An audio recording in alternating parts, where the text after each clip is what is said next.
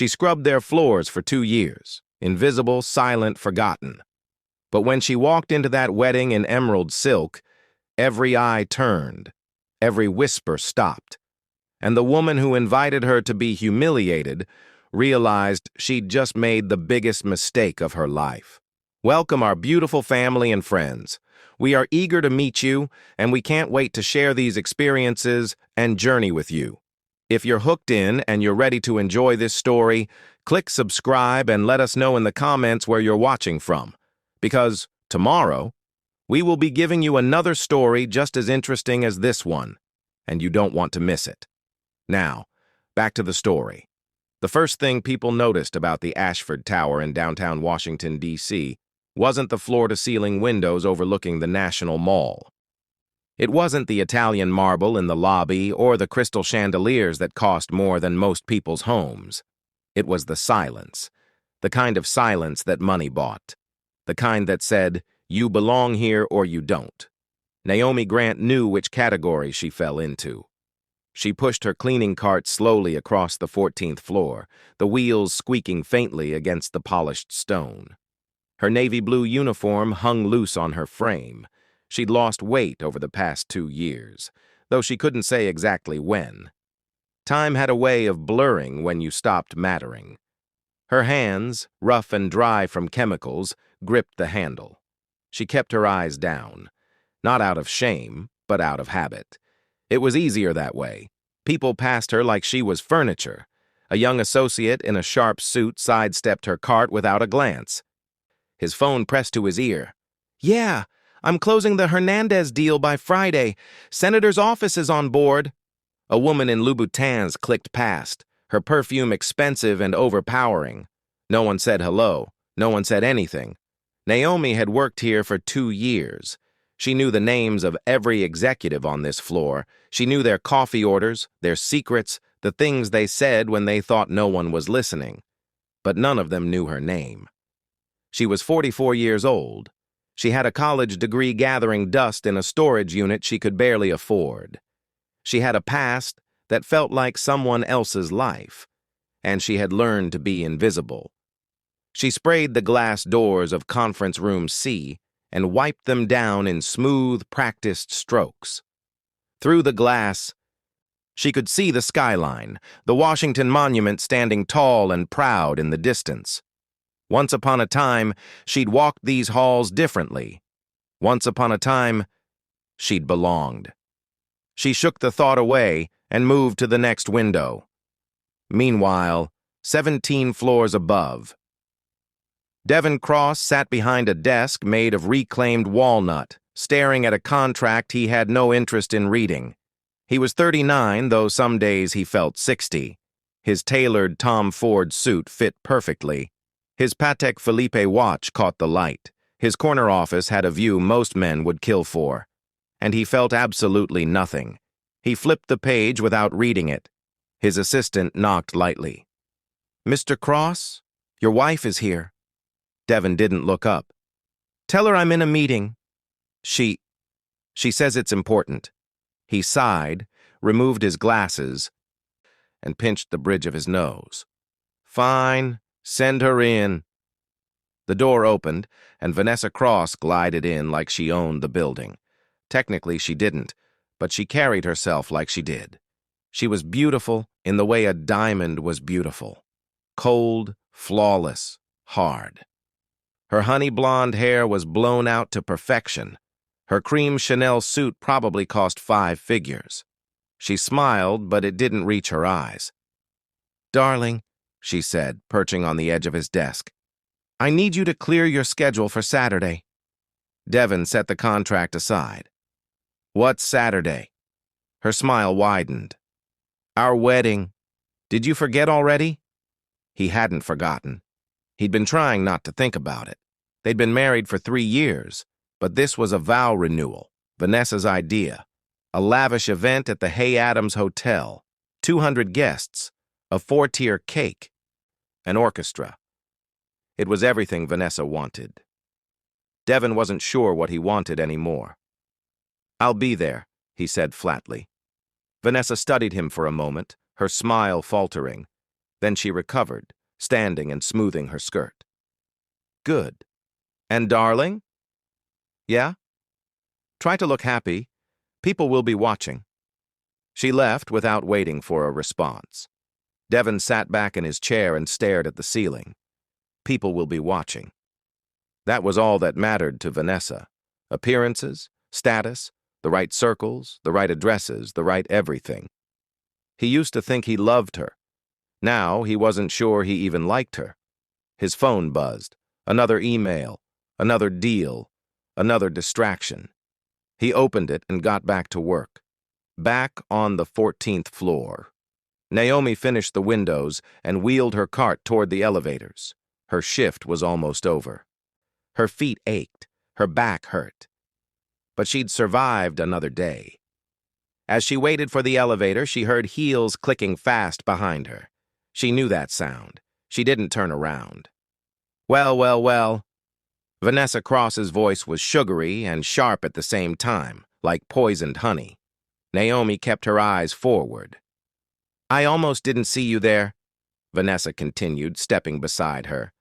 But then again, that's kind of your thing, isn't it? Two of Vanessa's friends flanked her. Women Naomi had seen before, all designer handbags and frozen smiles. Naomi said nothing. Vanessa tilted her head, studying her like a scientist examining a bug. You know, Naomi, it is Naomi, right? Naomi's jaw tightened. I've been thinking, Vanessa said slowly, pulling something from her purse. Devon and I are renewing our vows this Saturday. It's going to be the event of the season. Everyone who's anyone will be there. She held out a cream-colored envelope, sealed with gold wax. Naomi stared at it. And I thought, Vanessa continued, her smile widening, why not invite you? Her friends giggled. Naomi's heart sank. She knew what this was. Vanessa wasn't being kind. She was being cruel. This was a setup, a trap, a public humiliation waiting to happen. Go on, Vanessa purred, waving the envelope. Take it. Consider it. A gift. Naomi's hand trembled as she reached out. She took the envelope. Vanessa leaned in close, her voice dropping to a whisper only Naomi could hear. Wear something nice.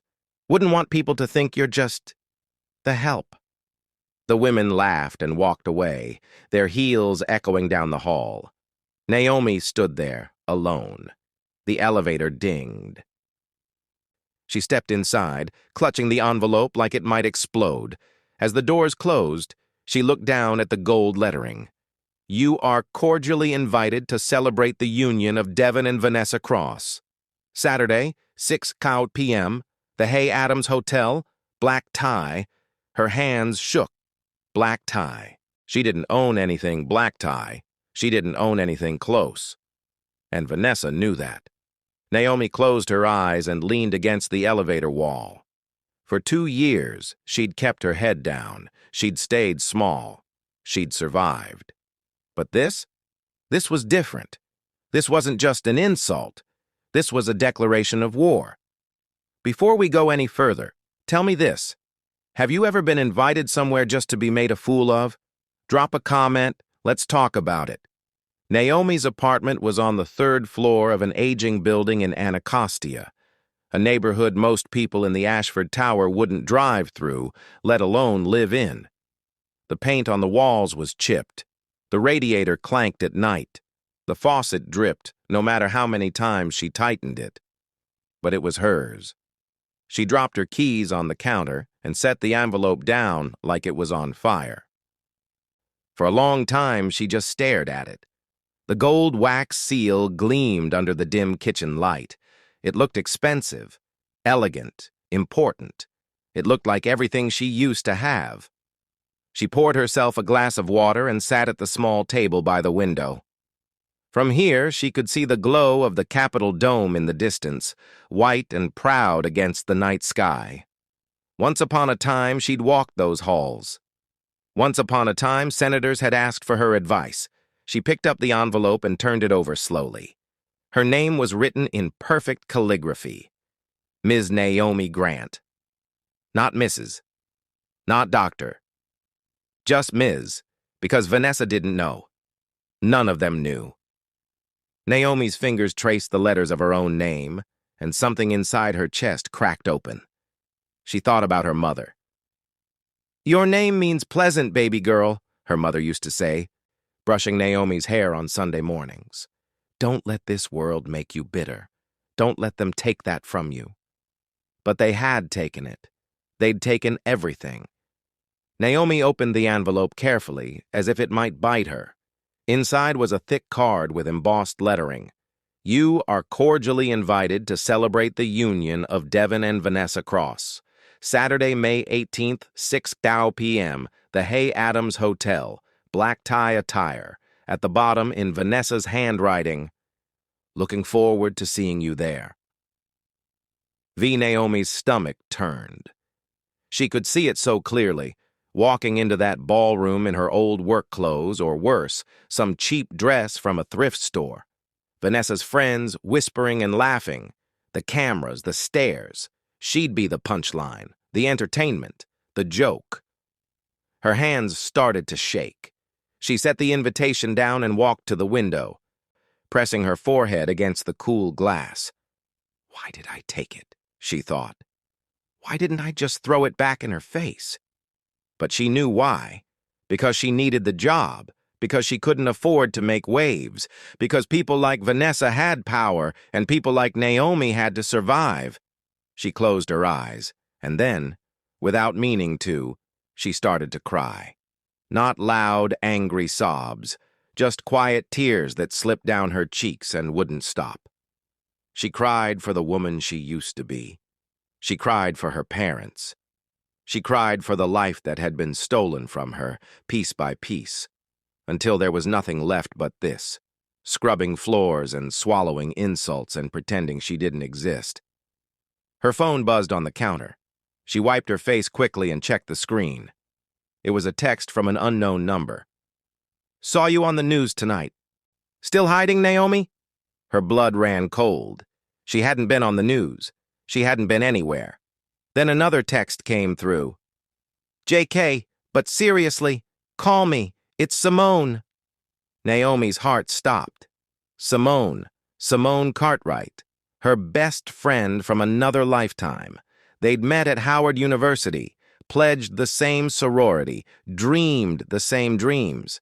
Simone had gone into fashion. Naomi had gone into policy. They were going to change the world together. But when Naomi's life fell apart, she'd pushed everyone away, including Simone. She hadn't spoken to her in over 3 years. Naomi's fingers hovered over the screen. She almost didn't call, but then she thought about that invitation sitting on the table. She thought about Vanessa's smile. She thought about walking into that ballroom alone, and she pressed call. The phone rang twice. Then, "Naomi Grant, I know you did not just ghost me for 3 years and think you could stay hidden forever." Simone's voice was warm, fierce, familiar. Naomi's throat tightened. "Simone! Girl, don't you Simone me! Where the hell have you been?" Naomi sank into the chair. It's a long story." "Then start talking. I've got time." And just like that, the dam broke. Naomi told her everything. About the scandal, about losing her parents, about losing the Grant Policy Institute, her home, her reputation, about becoming invisible, about scrubbing floors in a building where she used to advise billion-dollar mergers, about the invitation. When she finished, there was silence on the other end. Then Simone said, very calmly, "Give me the address." "What?" "Your address, Naomi. I'm coming to D.C." "Simone, you don't have to." "I'm not asking. Text me the address. I'll be there by morning." "But, Naomi," Simone's voice softened. "You think I'm gonna let some bougie, mean girl humiliate my sister? Nah, not on my watch." Naomi's eyes filled with tears again. "I don't even know if I should go." "Oh, you're going. Simone, you're going. And when you walk into that hotel, every single person in that room is going to remember exactly who you are." Naomi shook her head, even though Simone couldn't see her. "I don't know if I can." Yes, you can. Because you're Naomi Grant. You're the daughter of James and Lorraine Grant. You're the woman who built a policy institute from the ground up. You're the woman who advised senators before you turned 30. Naomi's breath hitched. And you're the woman, Simone continued, her voice fierce, who is not going to let some insecure trophy wife make you feel small. Not today, not ever. Naomi wiped her eyes. I don't have anything to wear. Simone laughed, a bright, confident sound that made Naomi almost smile. Baby, I'm a fashion designer. That's the least of our problems. That night, Naomi couldn't sleep. She lay in bed, staring at the ceiling, replaying every moment of the past 2 years. The day she'd lost the institute. The day her father died. The day she'd applied for the cleaning job because it was the only thing she could get without references. The first time someone walked past her like she didn't exist. And now, this. She got up and walked to the closet. In the back, behind her uniforms and old jackets, was a box. A wooden box with brass hinges. She hadn't opened it in over a year. She pulled it out and sat on the floor, the box in her lap. Slowly, she lifted the lid. Inside were photographs, her parents on their wedding day, smiling like they'd won the lottery. Naomi at her college graduation, holding her degree, her father's arm around her shoulders. A newspaper clipping. Grant Policy Institute secures $2 million in funding for underserved communities. And at the bottom, a bracelet. A simple silver bracelet her mother had given her on her 30th birthday. Engraved on the inside. Pleasant in name, powerful in spirit. Naomi held it in her hands and closed her eyes. She heard her mother's voice again, clear as day. Don't let them take who you are, baby. Don't let them win. Naomi's jaw tightened. She slipped the bracelet onto her wrist, and for the first time in 2 years, she felt something other than shame. She felt anger, not the bitter, destructive kind, the kind that wakes you up, the kind that says, enough. She looked at the invitation on her nightstand, and she whispered into the darkness, All right, Vanessa, you want to see me? I'll show you exactly who I am. Pause right here. What would you do if someone tried to set you up like this? Would you go, or would you walk away? Drop your answer below. I want to know. The next morning, Naomi woke up to the sound of someone pounding on her door. She stumbled out of bed, heart racing, and checked the peephole. A woman stood in the hallway, designer sunglasses perched on her head, rolling a sleek suitcase behind her. Simone. Naomi opened the door, and before she could say a word, Simone pulled her into a tight hug. Girl, this building needs an elevator, Simone said, pulling back to look at her. And you need some sleep. When's the last time you ate something that wasn't microwaved? Naomi managed a weak smile. It's good to see you, too. Simone stepped inside and looked around the small apartment. She didn't say anything about the peeling paint or the cramped space. She just set her suitcase down and turned to Naomi with her hands on her hips. All right, show me the invitation. Naomi handed it to her. Simone read it, her expression darkening. Then she looked up. So this Vanessa woman, she's testing you. She's humiliating me. No. Simone shook her head firmly. She's trying to. There's a difference. Naomi sank onto the couch. Simone, I can't do this. I can't walk into that hotel and pretend like I belong there. I don't belong there anymore. Says who? Says everyone. Says my bank account. Says the fact that I clean their floors for a living.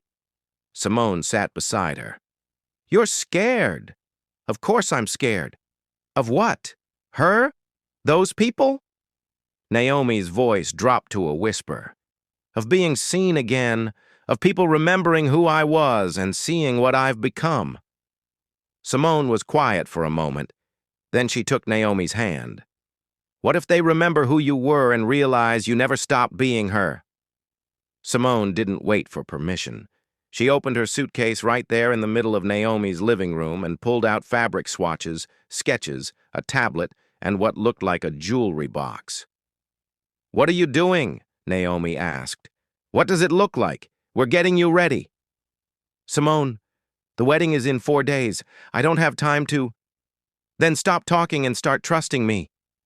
Naomi opened her mouth to protest, but Simone shot her a look that said the conversation was over.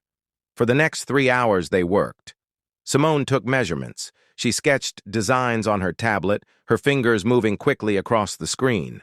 She held up fabric samples against Naomi's skin, studying the way the light caught different textures. "Emerald green," Simone said decisively. "It'll make your skin glow. Elegant, but powerful. Not trying too hard, but impossible to ignore." "I don't know about this," Naomi said quietly. Simone stopped and looked at her. "What are you really afraid of?" Naomi sat down on the couch. "What if I go and it's exactly what she wants? What if I walk in there and everyone laughs? What if I'm just proving that I don't belong?" "And what if you don't go?" Naomi didn't answer. "If you don't go," Simone continued, "Vanessa wins anyway. She gets to tell everyone you were too afraid to show up. She gets to make you the punchline without you even being in the room." Naomi's throat tightened. Simone sat beside her and took her hand. "Listen to me. I know you've been hurt. I know you lost everything. But hiding isn't protecting you anymore. It's just making you smaller." "I've been small for so long," Naomi whispered. "I don't know how to be anything else." "Yes, you do. You just forgot." They sat in silence for a moment. Then Simone squeezed her hand. "You don't have to do this for revenge. You don't have to do it to prove anything to them. Do it for you. Do it because you deserve to walk into a room with your head held high." Naomi looked at the bracelet on her wrist. Her mother's bracelet. Pleasant in name, powerful in spirit. She took a deep breath. Okay, I'll go." Simone grinned. "Now we're talking." Over the next 2 days, Simone transformed Naomi's apartment into a design studio. She worked late into the night, sewing by hand, adjusting seams, adding details. She'd flown in a makeup artist friend from New York. She'd called in favors from jewelers she knew. Naomi watched her work, amazed. "Why are you doing all this?" she asked one evening. Simone didn't look up from her sewing. "Because you did it for me once." Naomi frowned. When my marriage fell apart and I lost my first studio, you were the one who showed up. You didn't ask questions. You didn't judge. You just showed up." Naomi remembered. She'd driven to Atlanta, stayed for 2 weeks, helped Simone rebuild piece by piece. "I didn't think you remembered that," Naomi said softly. Simone finally looked up. "I remember everything, and I'm not leaving until you remember who you are too." On Friday night, the night before the wedding, Simone hung the finished dress on the back of the bathroom door. It was stunning. Emerald green silk, floor length, with a subtle shimmer that caught the light. The neckline was elegant, the cut simple but powerful. It wasn't flashy. It wasn't trying too hard. It was perfect. Naomi stood in front of it, speechless. "Try it on," Simone said. "Now?" "Right now." Naomi hesitated, then stepped into the bathroom and closed the door. She slipped out of her clothes and into the dress. It fit like it was made for her. Because it was. She looked at herself in the mirror and barely recognized the woman staring back. She looked like herself again, not the version who scrubbed floors. Not the version who kept her head down, the version who used to walk into rooms and change them. She opened the door. Simone's eyes filled with tears. "There she is," Naomi's voice cracked. "I don't know if I can do this." Simone walked over and took her face in her hands. "Yes, you can. And tomorrow you will." That night, Naomi couldn't sleep. She sat by the window watching the city lights flicker in the distance and let herself remember, really remember. Not the sanitized version she'd locked away, Not the edited highlights she sometimes allowed herself to recall. The whole truth. Her father, James Grant, had been a legend in D.C. political circles. Not the kind of legend who grabbed headlines or appeared on cable news. The kind who worked behind the scenes, brokering deals, building coalitions, mentoring young black professionals who needed a door opened. He'd started as a community organizer in Southeast D.C., then became a political strategist, then a consultant to senators and congressmen. He didn't just advise policy, he shaped it. Her mother, Lorraine, had been a civil rights attorney, sharp, fearless, relentless. She took on cases no one else would touch. She fought for tenants facing eviction, for workers denied fair wages, for families torn apart by an unjust system. Together, they'd built something bigger than themselves, and they'd raised Naomi to do the same. She remembered Sunday dinners at their home in DuPont Circle, the dining room table crowded with activists, lawyers, organizers, dreamers. Her father at the head of the table, listening more than he spoke. Her mother pouring coffee, her laughter filling the room. Naomi had absorbed it all. By the time she graduated from Howard with a degree in political science, she already knew what she wanted to do. She wanted to build a bridge between policy and people. So at 26, with her father's guidance and her mother's fire, she founded the Grant Policy Institute. It started small. A rented office in Columbia Heights, 2 employees, a mission statement typed on a single page. But it grew. Within 5 years, they were advising nonprofits on legislative strategy, connecting underserved communities with funding, training the next generation of black political leaders. Naomi had been profiled in the Washington Post. She'd spoken at Howard's commencement. She'd sat across from senators and held her ground. She'd mattered, and then everything collapsed. It started with an anonymous tip to a federal investigation. Someone had been embezzling funds from the Institute, moving money through shell accounts, falsifying grant reports. The FBI showed up at their office on a Tuesday morning. Naomi's father had been listed as the primary account holder.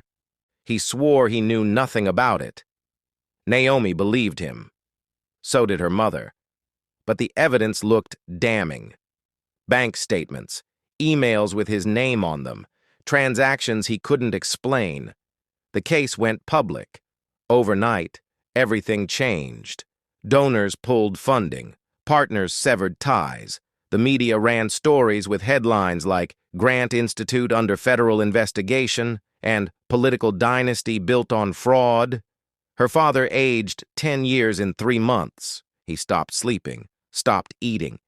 His hands shook when he tried to read the legal briefs. Naomi tried to hold it together. She hired lawyers. She gave interviews defending her father. She refused to believe the man who'd taught her integrity could be guilty of theft, but the stress was killing him.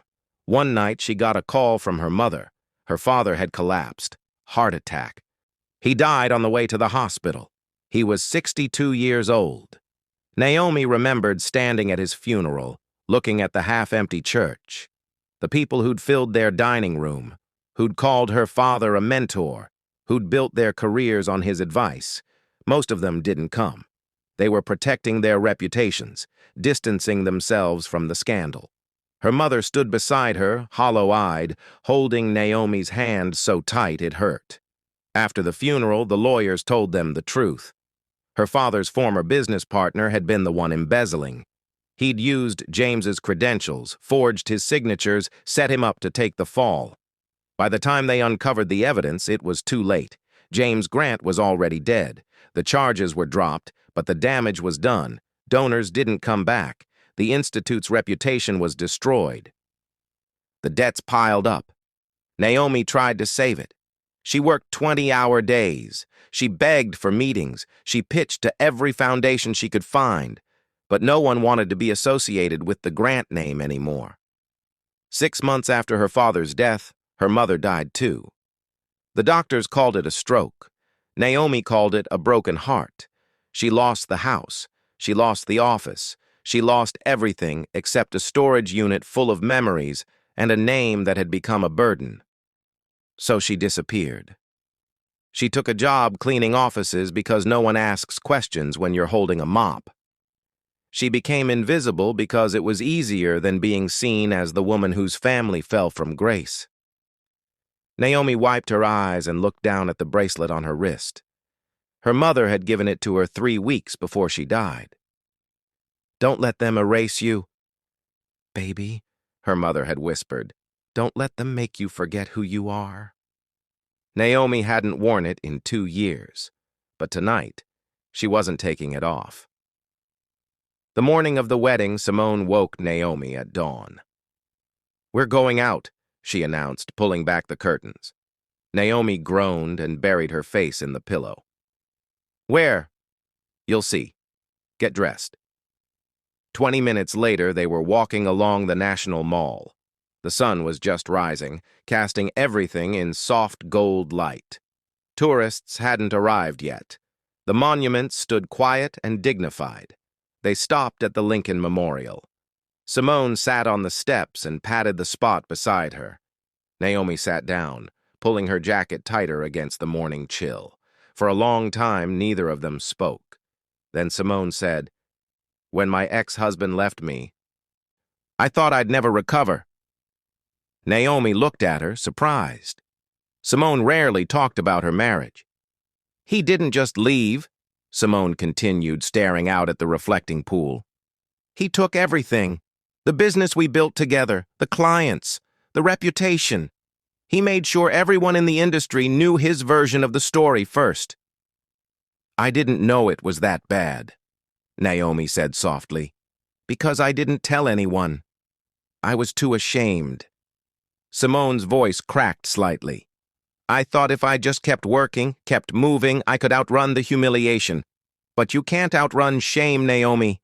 It follows you until you turn around and face it." Naomi's throat tightened. "You know what saved me?"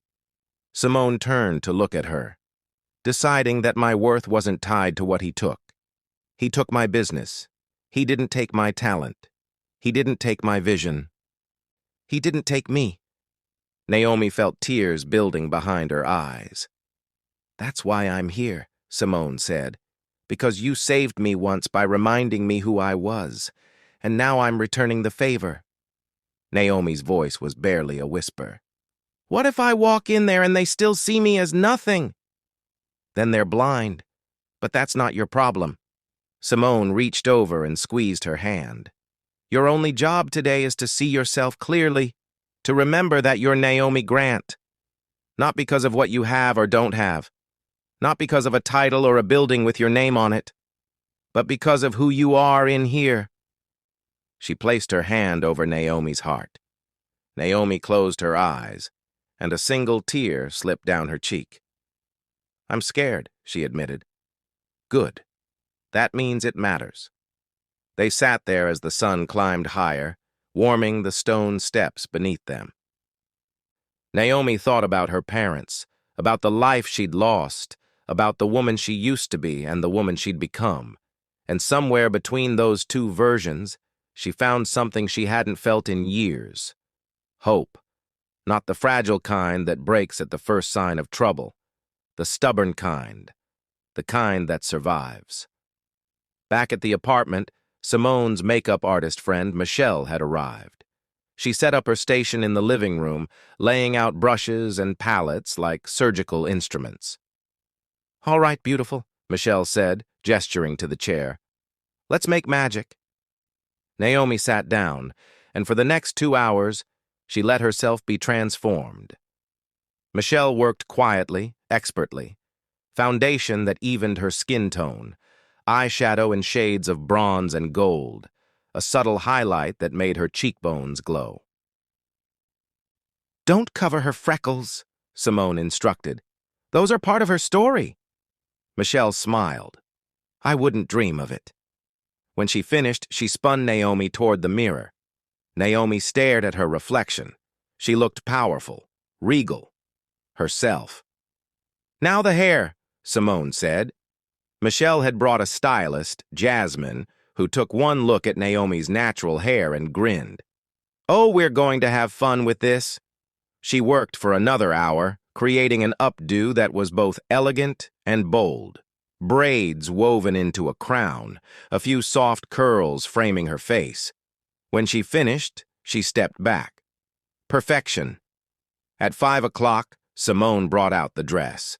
Naomi slipped into it one more time, and Simone zipped her up slowly. Then came the jewelry. Simple gold earrings, a delicate necklace with a single emerald pendant. And finally, the shoes. Black heels. Not too high, just enough to add height and confidence. Simone stepped back and pressed her hand to her mouth. "What?" Naomi asked nervously. "You," Simone said, her eyes shining. "You look like a queen." Naomi turned to the full-length mirror. The woman staring back at her was someone she barely recognized, not because she looked different, but because she looked like herself again, strong, dignified, unbroken. Simone came to stand beside her. "How do you feel?" Naomi took a deep breath. "Terrified." "Good. Channel that into power." Simone squeezed her shoulder. "Remember, you're not going there to prove anything to them.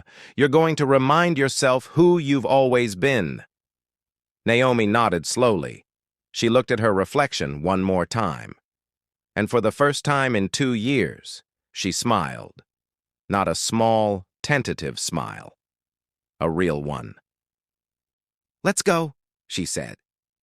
The Hay Adams Hotel stood like a monument to wealth and power, just steps from the White House. Valets in crisp uniforms guided luxury cars to the entrance. A red carpet stretched from the curb to the grand doors. Photographers clustered at the sides, cameras flashing as guests arrived. Naomi sat in the back of the town car Simone had hired, her hands trembling in her lap. "Breathe," Simone said beside her. "Just breathe." "I can't do this." "Yes, you can. Simone, look at this place. Look at these people." Naomi watched through the window as a woman in a gown that probably cost $20,000 glided past. "I don't belong here anymore." Simone grabbed her hand. "Stop. You belong anywhere you choose to be. Now get out of your head and get into your power." The car rolled to a stop. The valet opened the door. Naomi's heart hammered so hard she thought it might break through her chest. Simone stepped out first, then turned and extended her hand. Naomi took it and stepped into the light. The moment her heels touched the red carpet, something shifted. Conversations paused. Heads turned. Naomi stood tall, her emerald dress catching the late afternoon sun, and for a heartbeat, the world went silent. Then the whispers started. "Who is that? I've never seen her before. Look at that dress." Naomi walked forward, Simone at her side, every step deliberate and steady. The photographers noticed. Cameras turned, flashes popped. She didn't smile. She didn't pose. She just walked. Like she had every right to be there. Because she did. Inside the hotel, the grand ballroom had been transformed into something out of a fairy tale. Crystal chandeliers hung from the ceiling. White roses covered every surface. A string quartet played softly in the corner. And at the center of it all stood Vanessa Cross, radiant in a custom Vera Wang gown, holding court with a group of guests. She was laughing, her head thrown back, every inch the triumphant bride. Until she saw Naomi. Her laugh died mid-breath. Her smile froze. Her champagne glass stopped halfway to her lips. Naomi met her eyes across the room. For a long moment, neither of them moved. Then Vanessa recovered. She handed her glass to someone nearby and began walking toward Naomi, her expression shifting into something tight and dangerous. "Well, well," Vanessa said, her voice sugary and false. "You actually came." "You invited me," Naomi said calmly.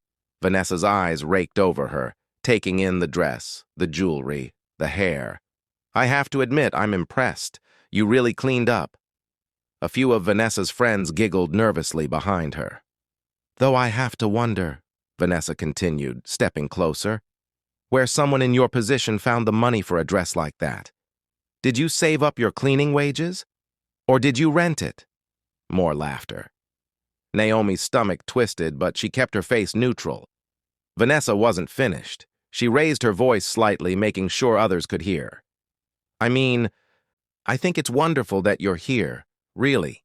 It takes a lot of courage to walk into a room full of people who are so clearly out of your league.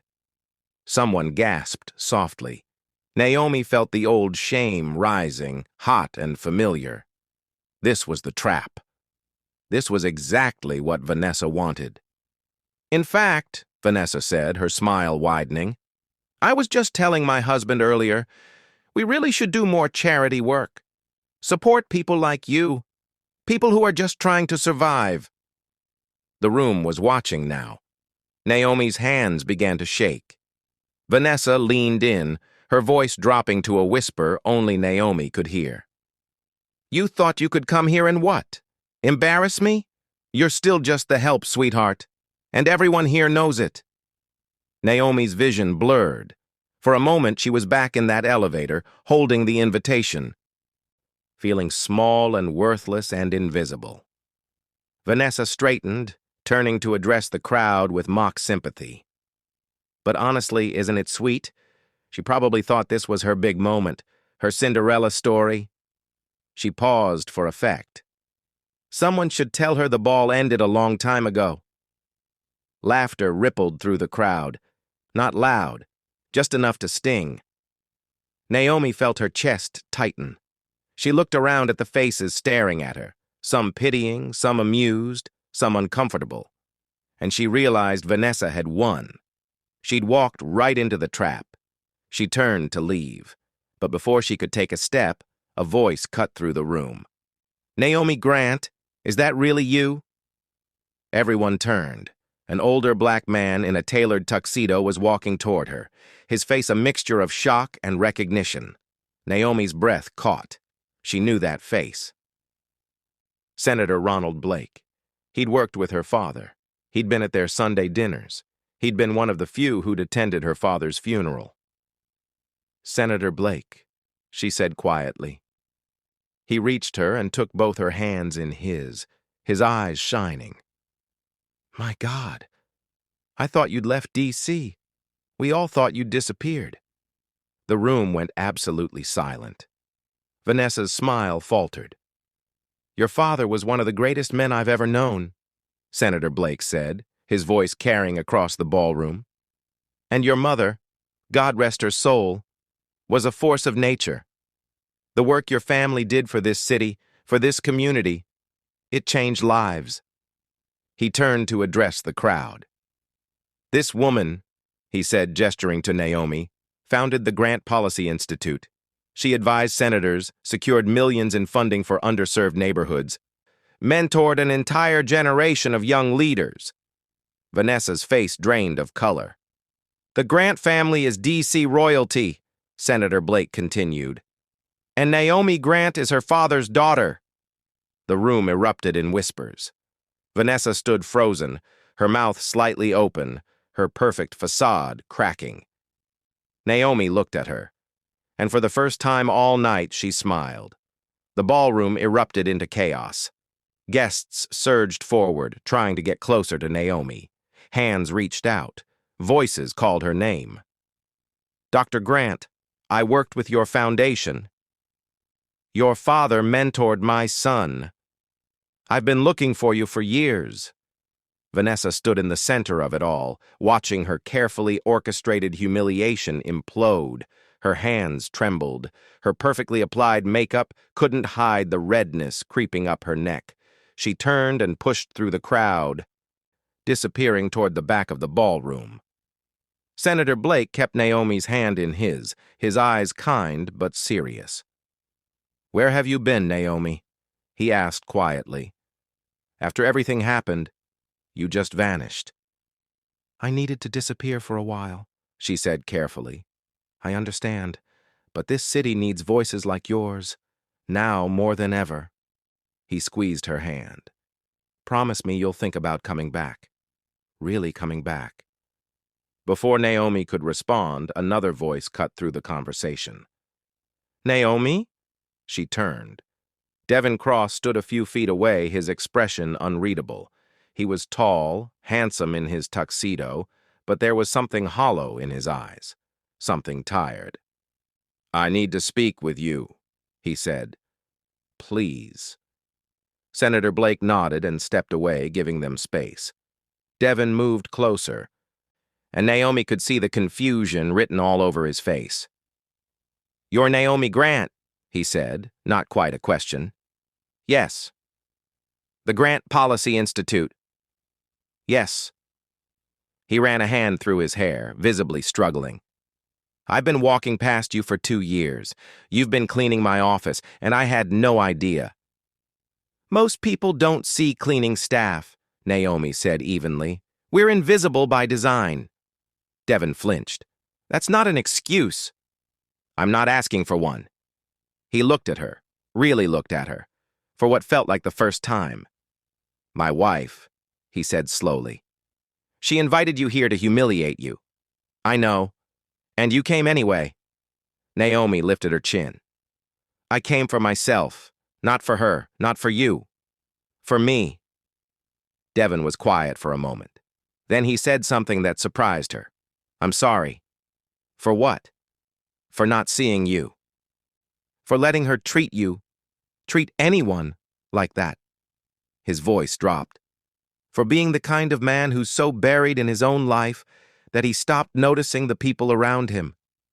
Naomi studied his face. There was genuine regret there, genuine shame. "Your apology doesn't change anything," she said softly. "But I accept it." Devin nodded. He started to turn away, then stopped. "Can I ask you something?" "Yes." "Why did you stay? In that job? In that building? Why didn't you leave D.C.? Naomi looked past him, toward the windows overlooking Lafayette Square. "Because this is my city too," she said. "And I wasn't going to let anyone take that from me. Not the scandal, not the shame, not your wife." Devin's jaw tightened. "She's not who I thought she was." "Maybe she is," Naomi said, "and you just didn't want to see it." Across the ballroom, Vanessa watched them talking, her hands clenched into fists. One of her bridesmaids approached cautiously. "Vanessa, are you okay?" "Get away from me," Vanessa hissed. She turned and walked quickly toward the exit, her heels clicking sharply against the marble floor. But she didn't get far. A photographer blocked her path. "Mrs. Cross, can we get a statement about Naomi Grant? Did you know about her background when you invited her?" "No comment," Vanessa snapped. Another reporter appeared. "Is it true you employed her as cleaning staff?" Vanessa's face flushed crimson. "I said no comment." She shoved past them and disappeared into the hallway. Back inside, Devin turned to Naomi one more time. "What will you do now?" he asked.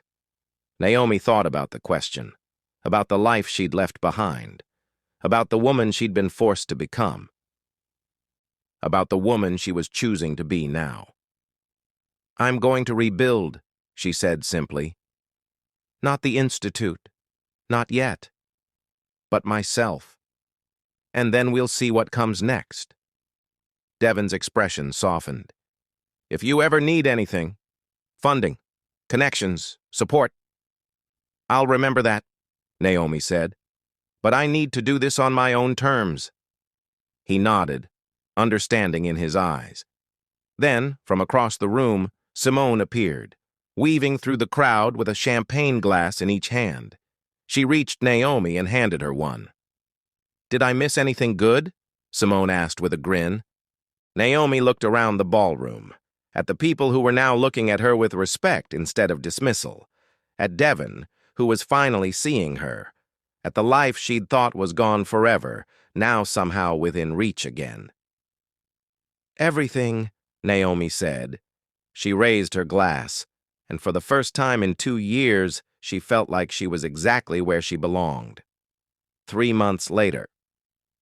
Naomi stood at the entrance of a renovated brownstone in Shaw, watching as workers installed a bronze plaque beside the door. The Grant Policy Institute. Restored. Simone stood beside her, arms crossed, smiling proudly. "Your parents would be so proud." Naomi's eyes misted. "I hope so." The door opened, and Senator Blake stepped out, followed by a small group of young professionals, the Institute's first class of fellows. "Dr. Grant," one of them said, a young black woman with natural hair and bright eyes. "We're ready for the orientation." Naomi smiled. "I'll be right there." As the fellows headed back inside, Senator Blake lingered. "You did it," he said simply. "We did it," Naomi corrected. "I couldn't have raised the funding without you. The money was easy. The courage to start over, that was all you." He squeezed her shoulder and went back inside. Naomi stood alone for a moment, taking it all in. The building, the plaque, the second chance. Her phone buzzed, a text from an unknown number. She opened it. "Congratulations on the reopening. I'd love to stop by if you're open to visitors. Devon." Naomi stared at the message. In the 3 months since the wedding, Devon had reached out twice. Once to offer funding, which she'd politely declined. Once to apologize again, which she'd accepted. He'd filed for divorce 2 weeks after the wedding. The news had made the society pages. Vanessa had moved to New York and, from what Naomi heard, was already engaged to someone else. Some people never changed, but some did. Naomi typed back, "Tomorrow, 2 p.m., bring coffee." She hit send and slipped the phone into her pocket. The next afternoon, Devon arrived exactly on time, carrying 2 cups from her favorite coffee shop. "How did you know?" she asked, taking the cup. "I asked Simone," he admitted. They sat on the front steps of the brownstone, the autumn sun warm on their faces. "The place looks incredible," Devon said, looking up at the building. "It's a start," Naomi said. "We're small right now, 6 fellows, limited funding. But we're here. That's more than most people can say." They sat in comfortable silence for a moment. Then Devon said, "I've been doing a lot of thinking. About the life I was living, the person I was becoming." He turned to look at her. "You woke me up, Naomi. That night at the wedding, watching you walk in like you owned the room, watching you stand there with grace while my wife tried to destroy you. It broke something open in me." Naomi listened, her expression unreadable. "I'm not asking for anything," Devon continued quickly. "I just wanted you to know that you changed my life, and I'm grateful." Naomi took a sip of her coffee. "What are you doing now, besides apologizing to people you ignored?" He laughed, a real, genuine laugh. "I'm working less, volunteering more, trying to figure out what kind of man I actually want to be." "That's good work," Naomi said softly. "It's harder than closing business deals." "The important things usually are." Devon looked at her, his expression serious. "Can I ask you something?" "You just did." He smiled. "Fair. Can I ask you something else?" "Go ahead." "Would you ever consider having dinner with me? Not as an apology, not as charity, just as 2 people getting to know each other." Naomi studied him. The man sitting beside her wasn't the distant CEO she'd watched for 2 years. He was someone trying, someone learning, someone real. "Maybe," she said, "but not yet." "Not yet," Devon repeated, nodding. "I can work with that." As the sun began to set, casting the street in golden light, Naomi stood and brushed off her skirt.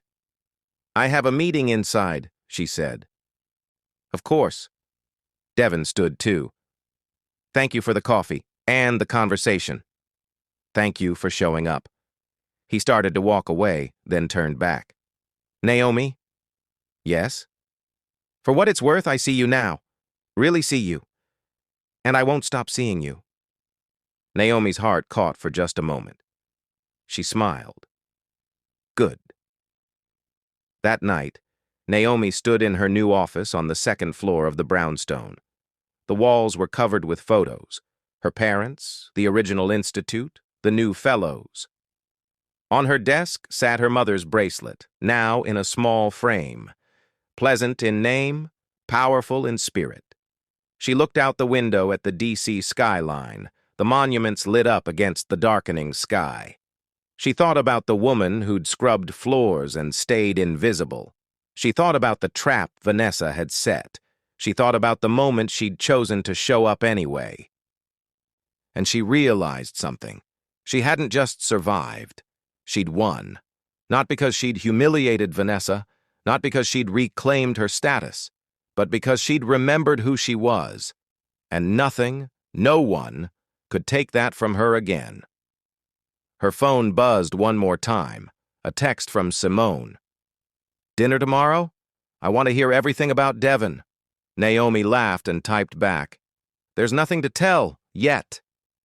She set the phone down, took one last look at the city she'd never stopped loving, and whispered into the quiet room, "This is just the beginning."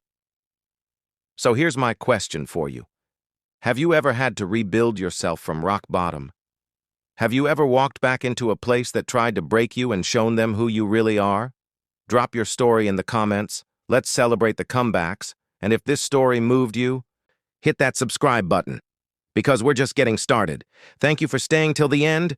Tomorrow we will give you an even more explosive story. Let's continue our journey together.